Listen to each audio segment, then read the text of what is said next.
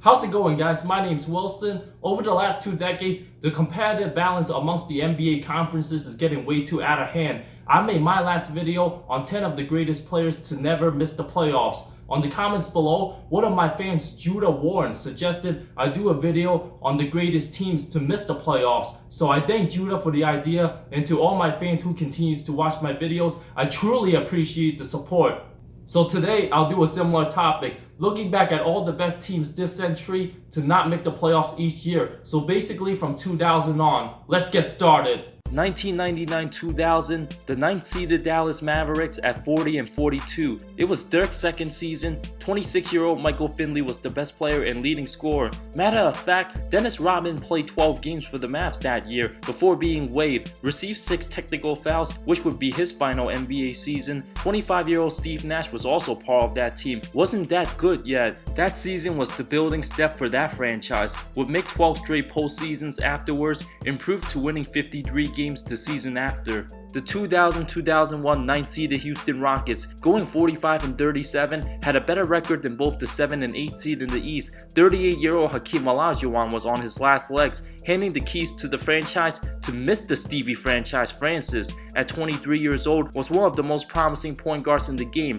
Averaged almost 20 points, 7 boards, 7.5 assists. 25-year-old Cuttino Mobley was the second best player. The 8th-seeded Timberwolves, led by Kevin Garnett, won 47 games that season. That's how stacked the West was that year. 2001-2002, the 9th-seeded Milwaukee Bucks, who was just as talented as most of the playoff teams in their conference, going 41-41 overall, just a game short of the final spot. The 4th-seeded Charlotte Hornets was only 3 games better. That's how weak the East was. If Ray Allen didn't miss 13 games, there'd be no doubt Milwaukee would be in the playoffs and would have had a shot to make the finals. 2002-2003 Houston Rockets, going 43-39, just a game short of the 8th seed. Both Francis and Yao were actually all-star starters for the West. 22-year-old Yao was in his rookie season, putting up 13.5 points, over 8 rebounds. This was also the last season of Rudy Tomjanovich's coaching tenure with Houston. 2003-2004, the 9th-seeded 42-40 Utah Jazz, a game short of the 8th spot, taken by the Nuggets, led by rookie Carmelo Anthony, had a better record than half the playoff teams in the Eastern Conference.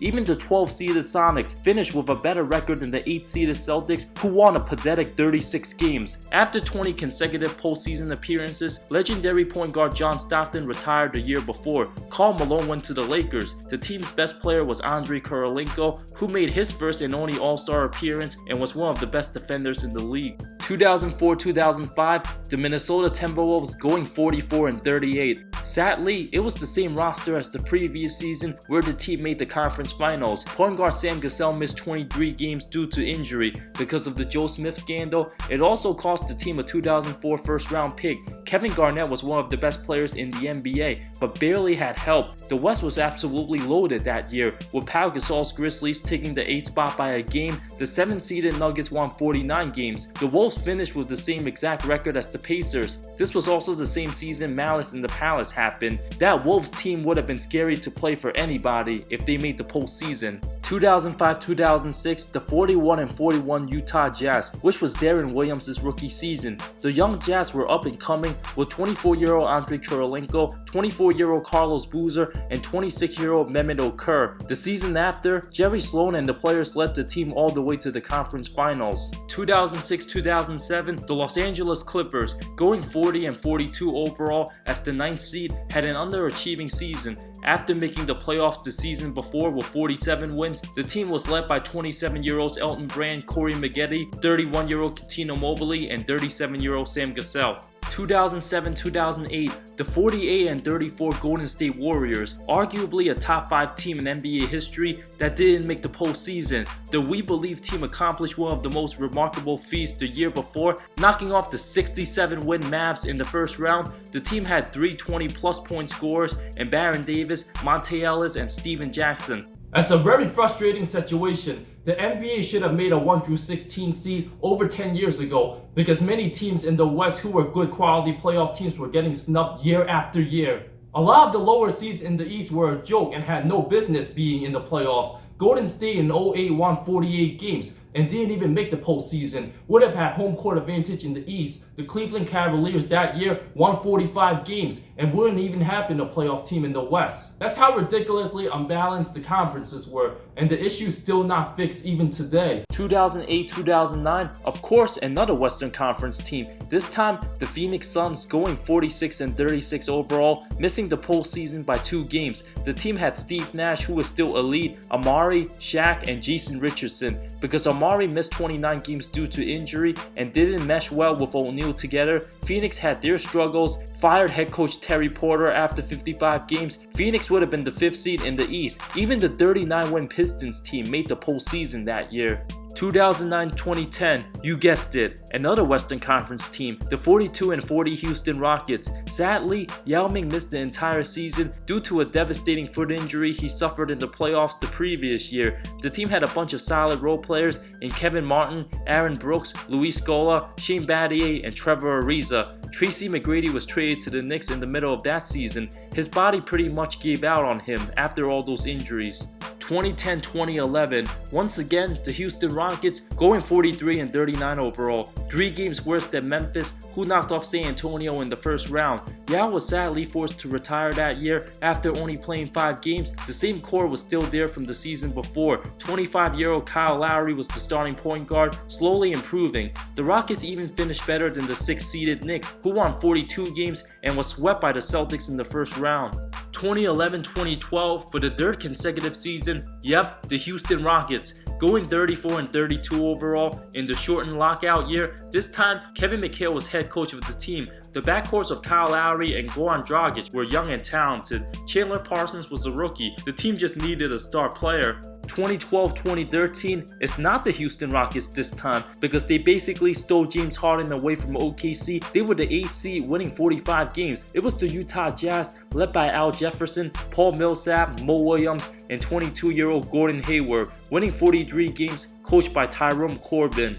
2013-2014, the 9th-seeded Phoenix Suns going 48-34 overall, one of the best teams in NBA history to not make the postseason. Led by first-year head coach Jeff Hornacek, it was Goran Dragic's breakout year, winning Most Improved Player, appearing on All-NBA 3rd team, alongside 24-year-olds Eric Bledsoe and the Morris brothers. The Suns missed it by a game to the Mavs, who won 49 games. Phoenix would have been tied for 3rd in the East with the Raptors and Bulls, was 10 full games better than the 8th-seeded Hawks.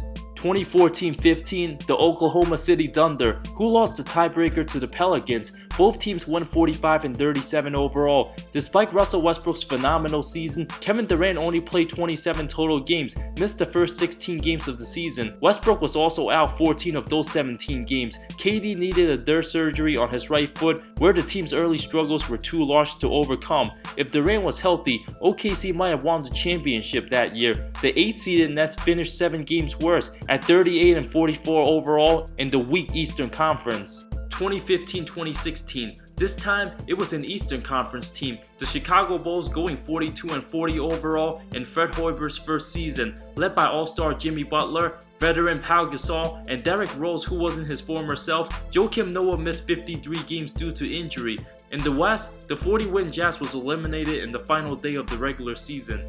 2016-17, the Miami Heat going 41-41 overall, losing the tiebreaker to the Chicago Bulls, where D Wade went in the offseason. After negotiation difficulties, Miami struggled badly in the first half of the season, going 11-30 overall before making one of the most dramatic second half turnarounds, winning 30 of his last 41 games, led by Goran Dragic and Hassan Whiteside. 2017-18, the 46-36 Denver Nuggets, who lost in the regular season finale for the 8th and final spot to the Timberwolves in overtime in the deciding factor. Denver would have finished 6th in the East, led by Nikola Jokic, Gary Harris, and Jamal Murray. The Nuggets are on verge to win 55 games this season and on pace to finish as the 2nd seed with more than 3 weeks to go this regular season. This season, Sacramento will likely have the best record, failing to make the postseason, but a healthy Lakers team is obviously the best team to miss the playoffs this season. It's very unlikely LA will even reach 40 wins, a nightmare season for LeBron LeBron.